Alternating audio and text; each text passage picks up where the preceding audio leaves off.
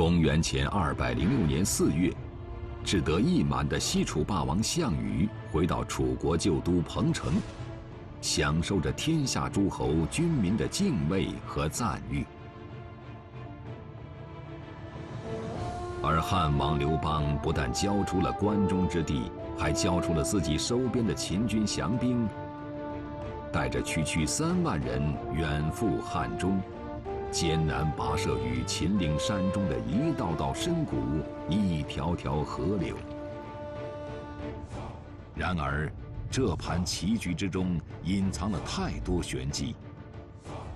究竟刘邦使出怎样的妙招重夺关中？项羽又为何会放任刘邦予取予求？当汉军兵锋直指西楚国都彭城，项羽的霸业是否会就此戛然而止？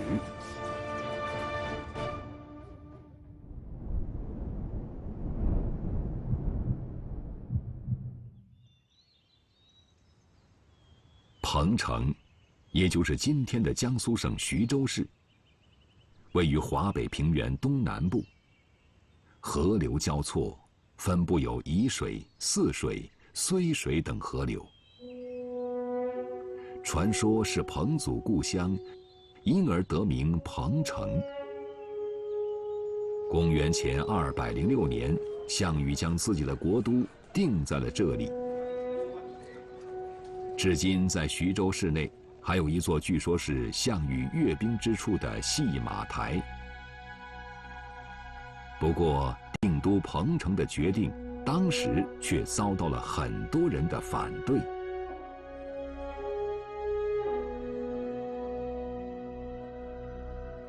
他当了西楚霸王，那么天下诸侯呢都被分封出去了，天下已定，哪有人穿着这个带着宝珠，穿着这个锦绣的衣服，在夜间走路让别人看不见？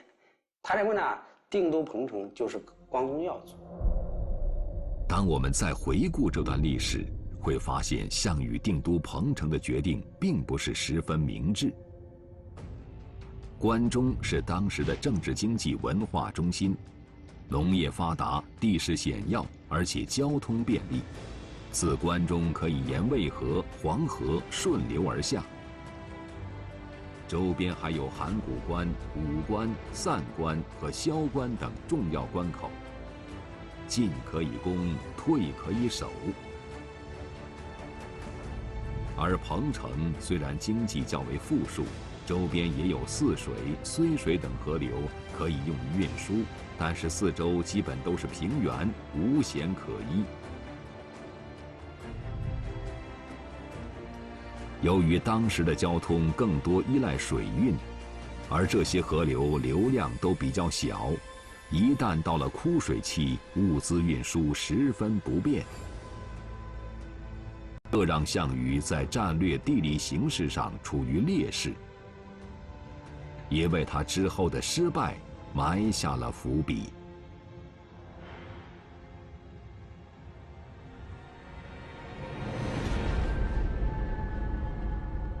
不过，当时志得意满的项羽并没有意识到这一点。公元前206年4月，项羽下令各诸侯归国，他自己也率军凯旋西楚国都彭城。可是已经改号义帝的楚怀王还在彭城，贵为西楚霸王的项羽不能容忍与比自己身份还高的义帝同处一城，于是派使者将义帝迁往长沙郴县，并密令沿途各国截杀。最终，义帝被九江王英布杀害。此时，天下尽在项羽一手掌握。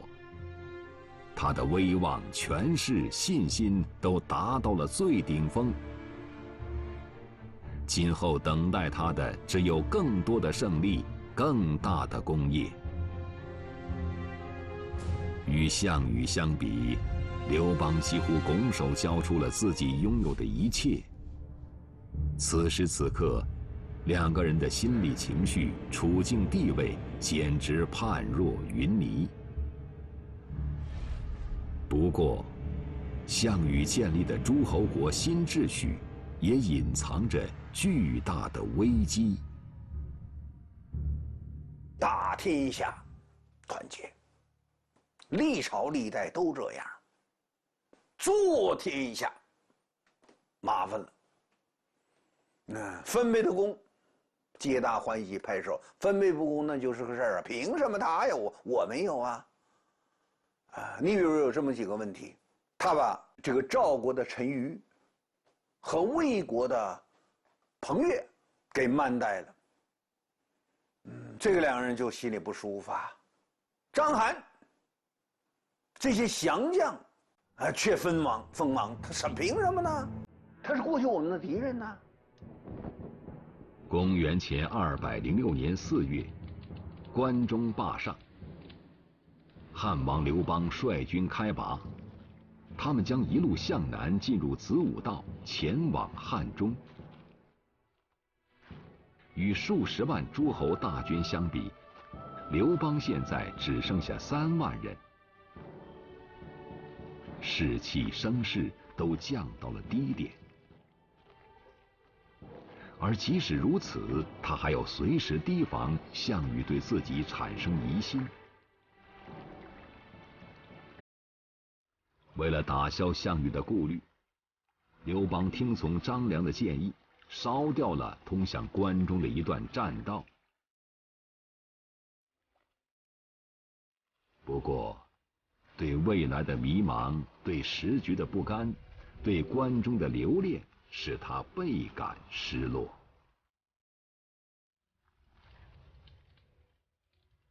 而跟随刘邦进入汉中的，除了他起兵时的老部下，还有一些是在西夏罢兵之后才加入汉军的队伍。他们中有很多来自原关东6国的直系宗亲和氏族，被称为诸侯子。他们判断我跟随谁与不跟随谁，更多的考虑的是未来。如果说旧王朝被推翻了，新王朝建立之后，那么谁能保证他的利益、他的家族的利益能够延续？那么在这一点上来讲，做事更加理性、更加有章法、有规矩的刘邦，可能比项羽就更容易得到这些诸侯子的人心。见到自己尚有如此威望，刘邦的心情得到了些许慰藉。此时的刘邦并不知道，在新加入汉军的诸侯子中，有一个原本是项羽部下的年轻人韩信，他将在以后几年影响楚汉局势的走向。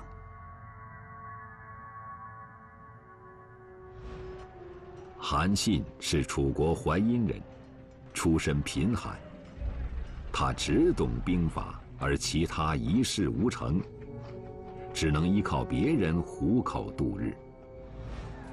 后来在反秦斗争中投身到项梁军中，项梁在定陶战死后，韩信改任项羽的侍卫军官，参加过巨鹿之战，并一路随军进入关中。这期间，韩信多次就军政形势向项羽进言，可是项羽并不听从。韩信觉得项羽不是王者之才，因此萌生了去意。项羽不重用他，我相信有2个原因。第一，项羽本人就是个顶天立地的那种战场上大英雄，但是这种身份给项羽带来的一个问题，就是项羽这个人从来不注重提拔人才，刚愎自用，所以项羽的阵营里边，他提拔并且培养出来的这个助手名将并不多，这是一个。第二一个，韩信在此之前没有什么经历啊，换句话说没有工作资历啊。那我要是人事经理的话，遇到这样的简历，我肯定也不会重用他，因为你没有什么以前没有什么业绩。你说你是军事天才，你可以帮助这个项王来定天下，我怎么相信你呢？西夏罢兵后，韩信对项羽彻底失望，也随着诸侯子一道加入汉军。不久，韩信得到夏侯婴赏识和推荐，被任命为治粟都尉，负责军队给养供应。因为处理军粮装备等事务，韩信接触到了处理实际政务的汉国丞相萧何。那么韩信呢，虽然在楚汉战争时期，我们没有看到多少场面他打打杀杀，像这个项羽那样一人万人敌，但是呢，我在底下呢研究兵书战策，谋略这一块呢，他可能比一般的武将就要更好一些。所以在这个众多的武将之中，他能够看中韩信，也并非偶然。再加上韩信本身在项羽的阵营里面待了很长时间，那对于项羽的作战方式，对项羽的阵营里面的具体的情况又比较摸底。萧何认定韩信是天下无双的国士，是唯一能引领汉军脱离困境的统帅人选，并极力向刘邦推荐。可是，越过众多老资格的将领，任命一个刚刚归附、没有任何军功的20多岁的年轻人为全军统帅，这实在有违常理。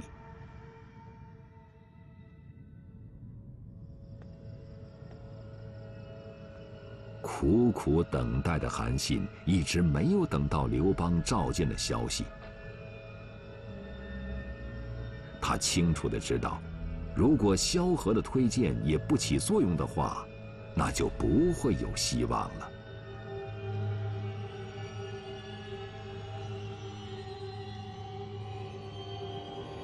刘邦军中正遭遇前所未有的逃亡浪潮。韩信的离开根本没有激起一丝浪花，然后萧何就跑去追韩信，这一追就是2天左右的时间，结果有的人跑来报告说萧何也跑了，以至于萧何回来的时候，刘邦就痛骂他，意思就是说你干什么？你跑到哪里去了？你感觉让我感觉失去了左右手一般，你就可见萧何对于他的这种重要性。而萧何这个非正常的举动，就是这个一走就是2天，这个非正常的举动，竟然是去追韩信。那么这件事对于刘邦的内心来说，当然是一个震撼。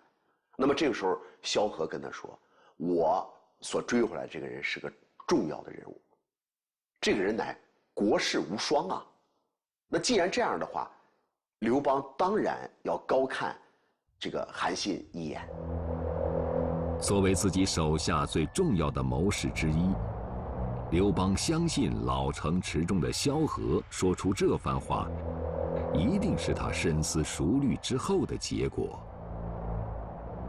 最终，刘邦同意了萧何的建议，任命韩信为大将。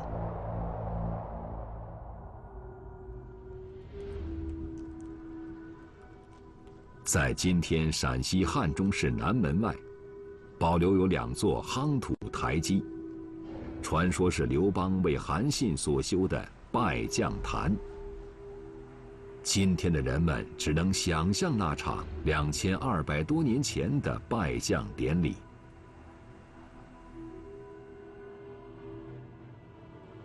当时汉军上下并不知道刘邦要拜谁为大将，很多将领私下还以为刘邦会选择自己。等到典礼进行时，大家看到大将竟是年纪轻轻、寸功未立的韩信，一时间一军皆惊。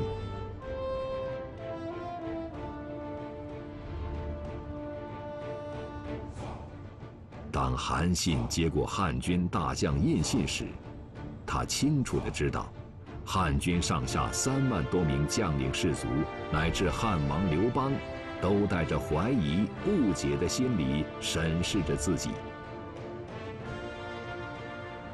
对韩信来说，登台拜相只是今后众多挑战的开始。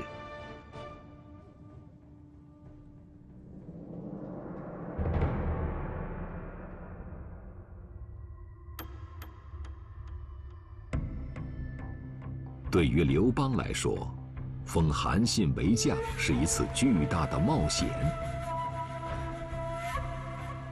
这个决定的做出，更多是源于他对萧何的信任。虽然一直没有放弃重回关中的想法，但是对于项羽惊人的战斗力，刘邦太了解了。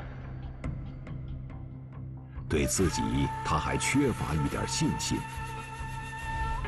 这一点，韩信也很清楚。当时呢，这个韩信给他分析了这个项羽的为人，这就是韩信的优势之所在了。因为韩信毕竟在项羽手下干过，他就预言了这个未来楚必败，汉必胜。你不要看楚霸王这个人看起来一副英雄气，实际上这个人呐，很小气，格局很狭小。汉王你就不一样，你能重用我，就说明你这个人的胸怀和气度。所以他等于是用这番话给这个刘邦吃了一个定心丸，帮助刘邦坚定了与项羽斗争的这个决心。因此这番对话对于刘邦的事业来说是一个巨大的一个帮助。韩信的这番话无疑是给缺乏自信的刘邦打了一针强心剂。他终于意识到，韩信确实是一个不可多得的帅才。而且在这次对话中，韩信还向刘邦提出了明出子午，暗度陈仓的战略构想。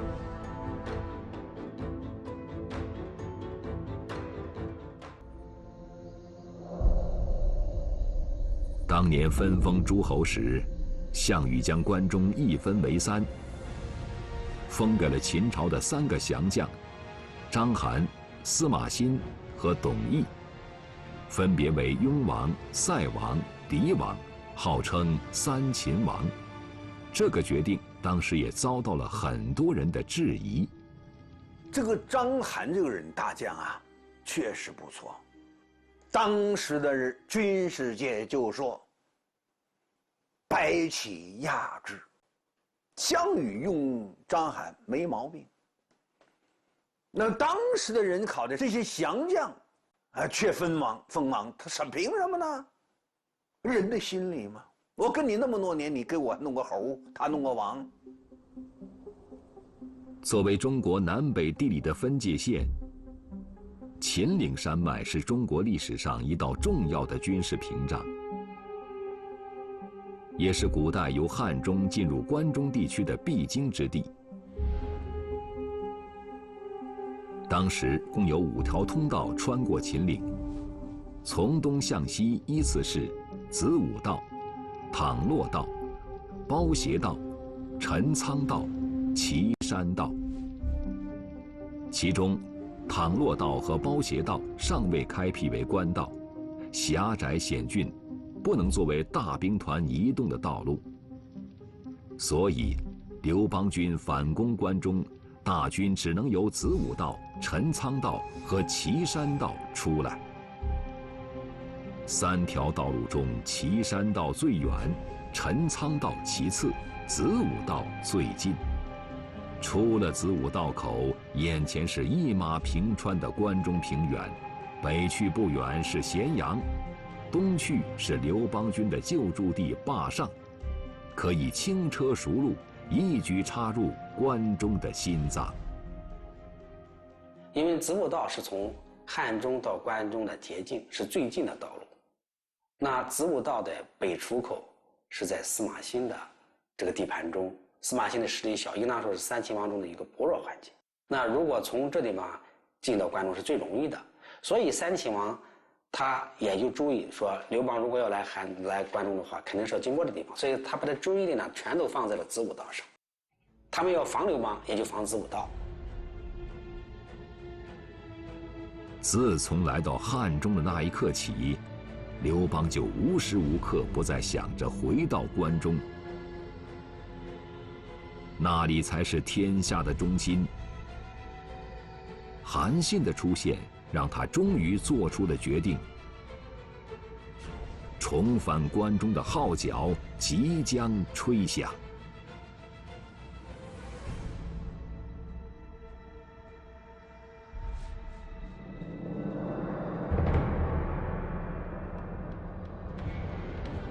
不过，在反攻之前，韩信还要解决一个问题，那就是如何提升汉军低落的士气，训练一支作风严明的军队。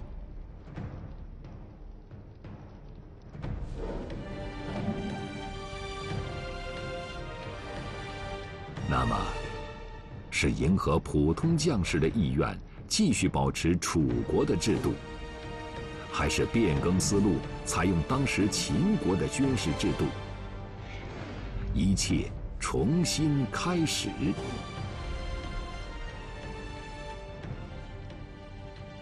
在战国时期，各国的军事制度中，应该说秦的军事制度是最先进，而且是最有成效的。而这一切的关键就在于秦的军事制度的一个核心内容——军功爵制。这个军功爵制极大地调动了士兵作战的积极性，而相比较起来，东方各国，包括楚国的军事制度和政治制度，相对来说就比较落后。所以，当韩信做了大将以后，他申军法就把秦的这一套办法几乎不动地照搬了过来。同时，萧何征集到大量巴蜀、汉中的军粮和兵员。短短2个月，汉军的实力悄然增长，远非刚来汉中时那支士气低落的3、4万人的部队。下一步，韩信需要做的就是如何率领军队重返关中了。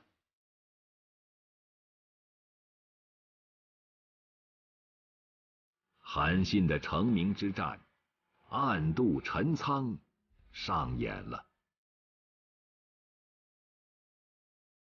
他要面对的是驻扎在关中的雍、塞、狄3军，而他们的总指挥就是曾经的秦朝名将，后来投降项羽的章邯。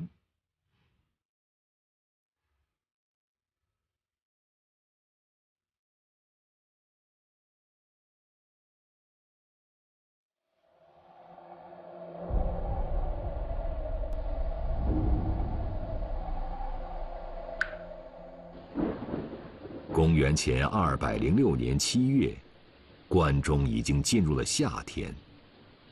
几场骤雨下来，渭河上漕运通商的客船往来频繁，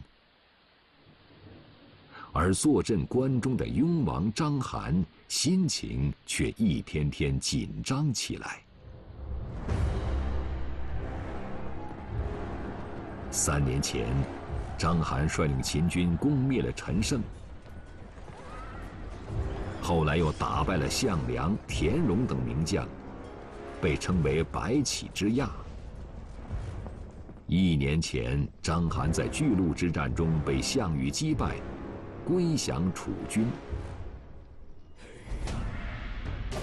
项羽分封天下时，将章邯分封到了最为富庶的关中，自然是希望章邯能够帮自己守住这块地盘。作为一名降将，如果没有守住关中，他将失去存身之地。这一点，章邯心中十分清楚。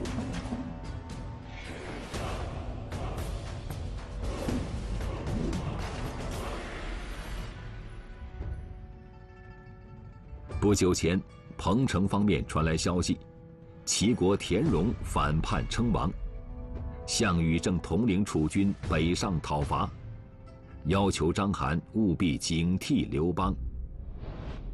当时刘邦将子午道中一部分栈道烧毁，表示无意返回关中。作为帝国曾经的支柱，章邯坚定不移地相信，刘邦一定会打回来，而且不会很久。从汉中进入关中的5条道路中，子午道距离关中最近，而且刘邦之前从关中前往汉中也是走的这条路，因此章邯判断，汉军的主攻方向应该是子午道。韩又为了迷惑章邯，就把已经拆了的栈道要方块，周勃重新修上来。韩信还假模假式派人催，这是个假象啊！假象一定是包括当事人都是蒙在鼓里头。韩信的计策达到了，然后佯攻岐山道。进入8月，从塞国方面传来军报，汉军正在秘密抢修子午道。此时的章邯反而心中一块石头落地，他感到自己的判断没有错，汉军主力的真正攻击方向是在子午道。他命令拥军整装待命，支援塞国。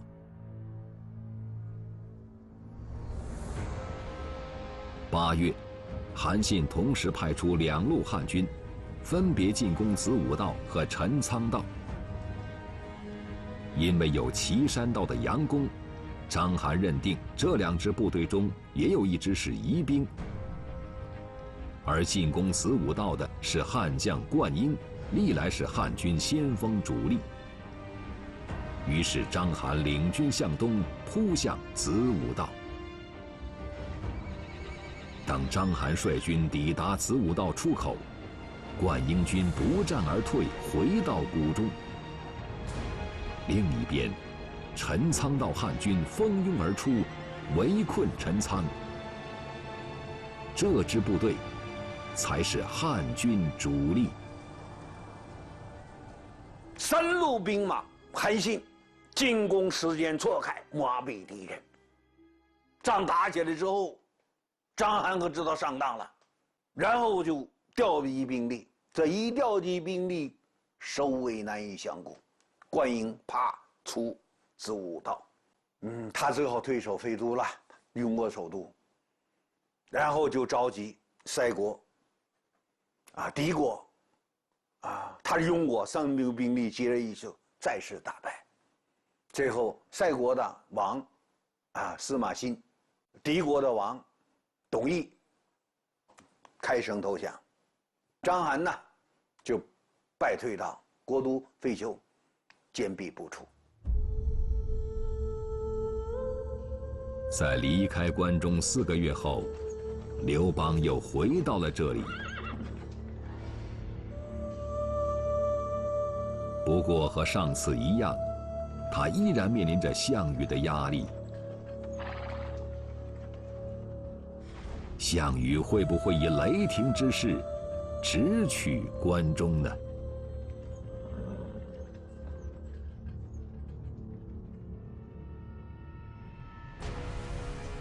当汉军重夺关中的消息传到西楚国都彭城，项羽勃然大怒。身为天下共主，他绝不会允许刘邦破坏自己一手建立的新秩序。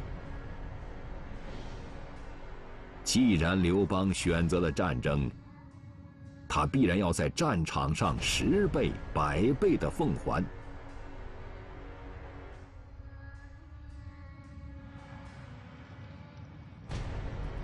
而这时，西楚北边毗邻的齐国发生了巨变。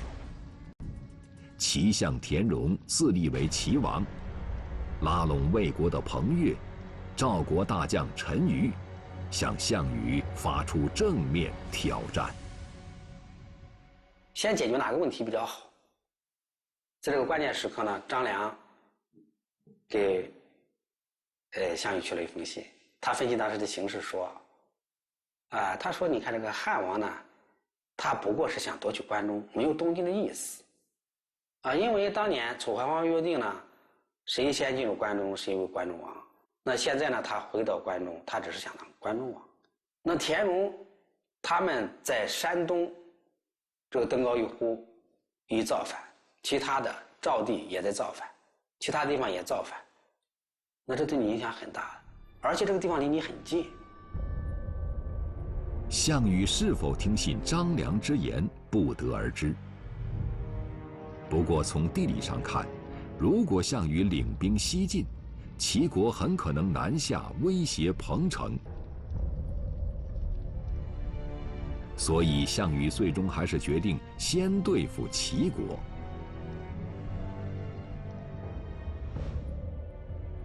对于刘邦，项羽命令今天山西、河南地区的诸侯魏王豹、殷王司马昂、河南王申阳整军备战，加强防务，还恢复了韩国，封郑昌为王，一同监视刘邦的动向。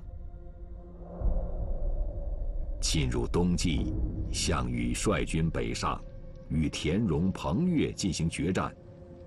项羽获得大胜，彭越退回魏国，田荣被齐国百姓所杀。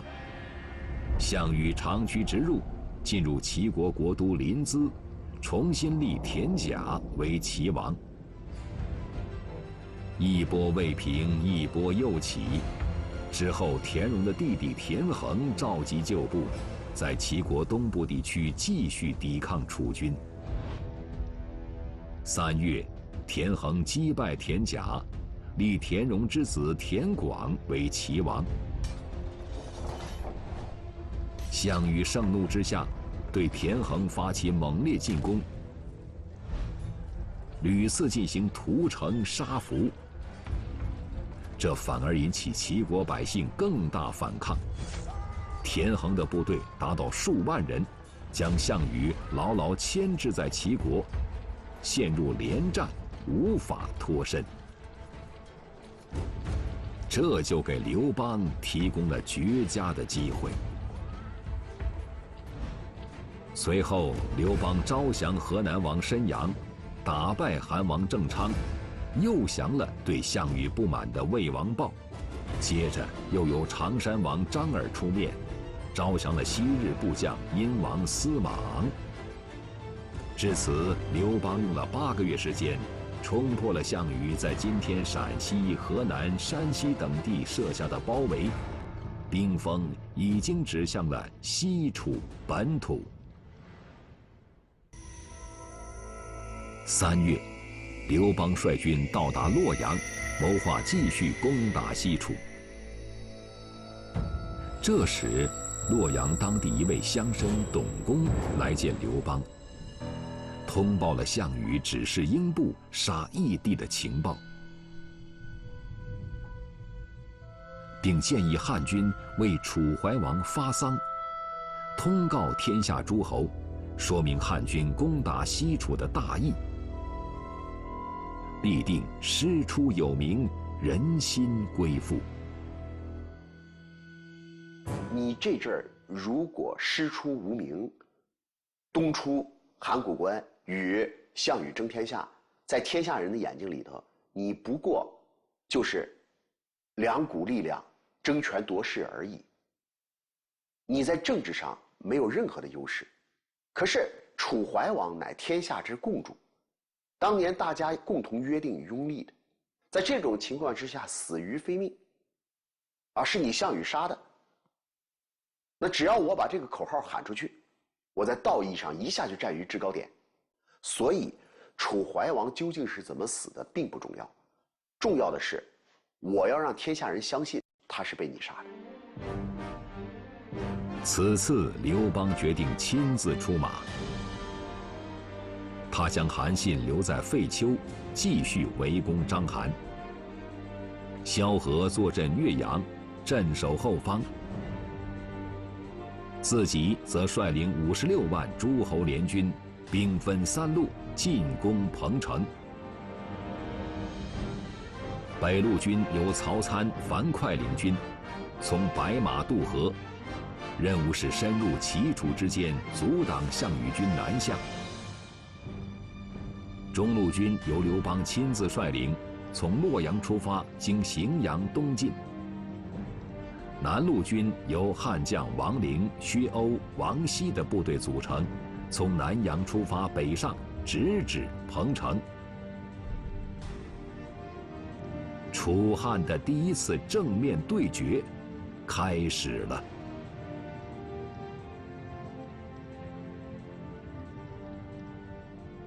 他的总体的军队的数量应该是相当庞大的，有几十万之众，甚至多的时候说有40、50万。而当时，项羽，他能够直接用于彭城之战的军队的数量呢，可就有数万人、几万人，所以力量对比呢，应该说是悬殊的。形势的发展出人意料的乐观，仅用了1个月，刘邦的3路大军就会师彭城以东。随后，刘邦一声令下，大军一举攻下彭城，全面达成了既定战略目标。攻占彭城是刘邦自沛县起兵以来的一次重大胜利，这让刘邦有点忘乎所以。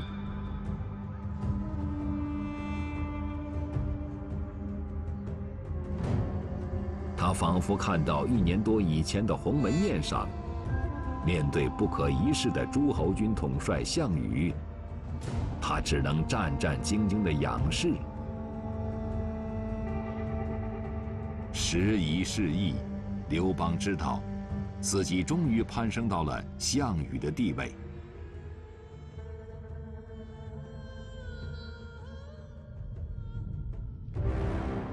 进入彭城后，刘邦命令樊哙留在鲁县、邹县一带防备楚军，又令彭越为魏相国，率兵攻略魏地，同时将大军摆在彭城东北方向，防备项羽军南下。谁知，项羽军却在彭城西面出现了。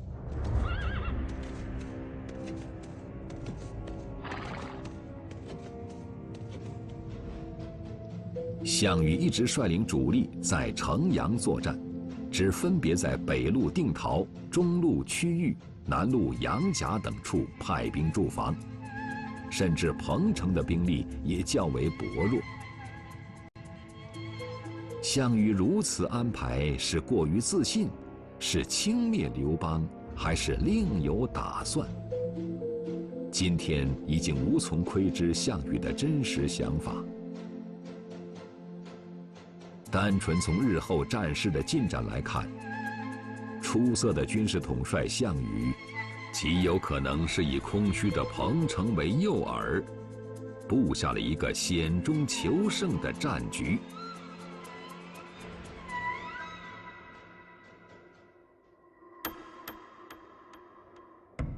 其实，在攻打齐国的同时，项羽一直在不动声色地关注着局势的发展。只是刘邦的进攻速度远远超出了项羽的预料，而与此同时，项羽在齐国遭遇了田氏兄弟的顽强抵抗。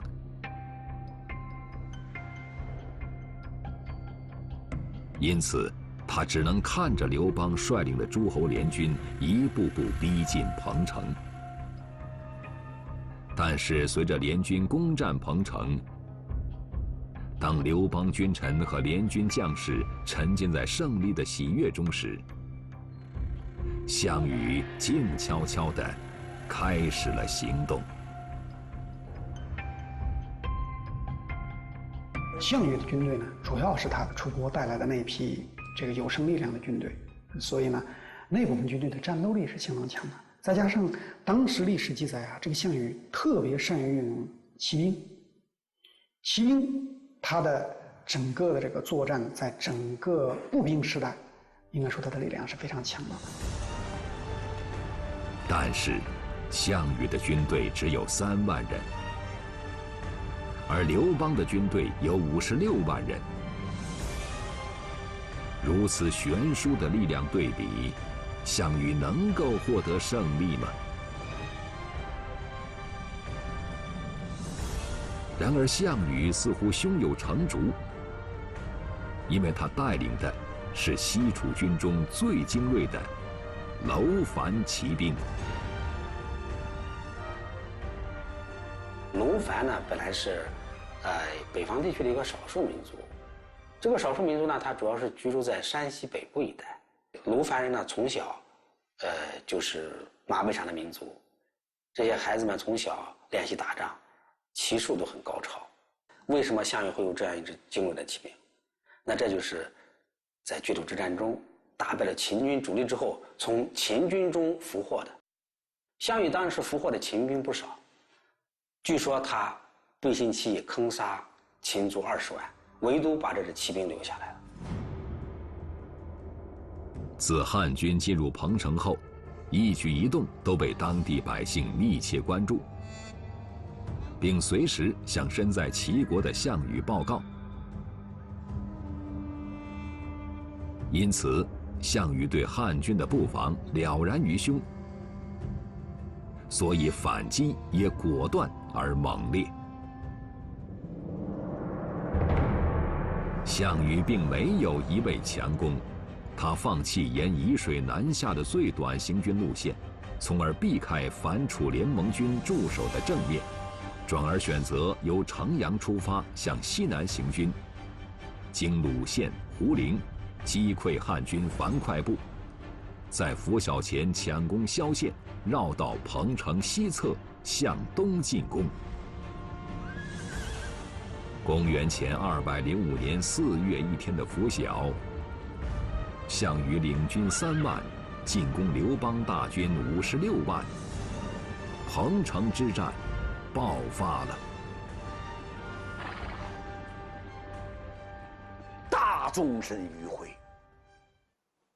迂回到汉军的侧后，他不从正面进攻，切到你后，然后深远包围。那么时间呢？清晨。为什么清晨呢？因为对方已经最疲惫，早晨0时是最疲惫的地方，睡得正香呢，一会儿厮杀人过来，2个手都一样，我们都有体会。刚睡醒的时候，2个手全都攥不住的。正在埋头酣睡的反楚联军突然遭到来自身后的袭击，立刻陷入惊慌混乱之中。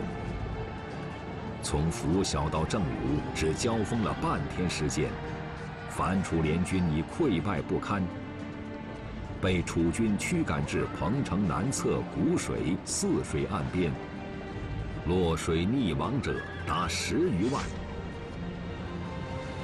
兵败如山倒。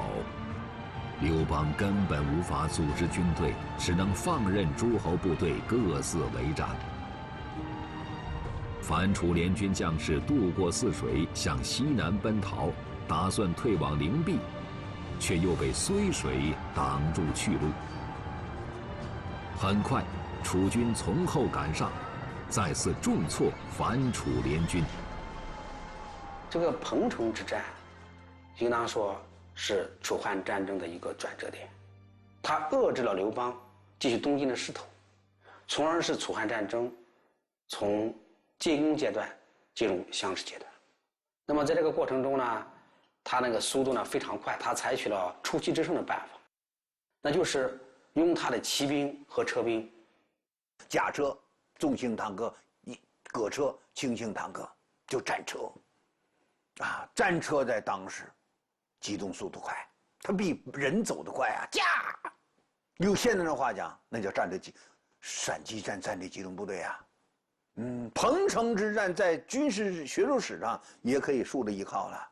大纵深迂回，用他的机动部队，他那机动当然后来没法比了，就车兵，机动力冲撞力强，那对方没法挡，一挡压死了。那时候也没有炸药，漂亮。刘邦自己也被围困在睢水北岸，望着四周一层又一层的楚军，刘邦心如死灰。就在此时，战场上忽然刮起了强劲的西北风，卷起漫天沙土。狂风吹得楚军双目不能视物，队伍大乱。趁这个机会，刘邦在数十名骑兵掩护下突围逃脱。大难不死的刘邦一路奔向沛县，打算去家乡丰邑接上自己的家眷西撤。可是楚军也尾随而至。刘邦的父亲刘太公、哥哥刘仲、妻子吕雉都被楚军俘获。刘邦只在路上遇到了自己的女儿鲁元和儿子刘盈。这时马匹已经疲惫不堪，后面西楚骑兵又穷追不舍。刘邦气急败坏，曾几次把女儿鲁元和儿子刘盈推下车。但夏侯婴呢，是一个驾车比较老练的一个车夫，同时富有同情心，所以刘邦呢把两个孩子，这个鲁元和刘盈，给踹下车，他又给他抱上来。如此一来呢，既具有戏剧性，同时也反映了当时战场的这种危急的这个局面。公元前205年4月的彭城之战，以项羽大获全胜而告终。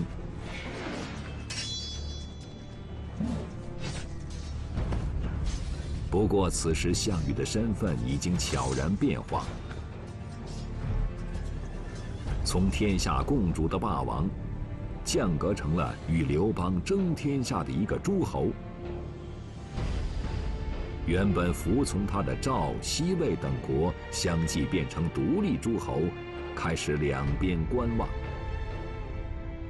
而刘邦虽然遭遇大败，但是从战略上看，他依然保有关中、巴、蜀、汉中之地，人员物资都能够得到持续补充。公元前205年的中国大地依然是风云不定的变局，楚汉相争的棋局由此进入漫长的中盘对峙阶段。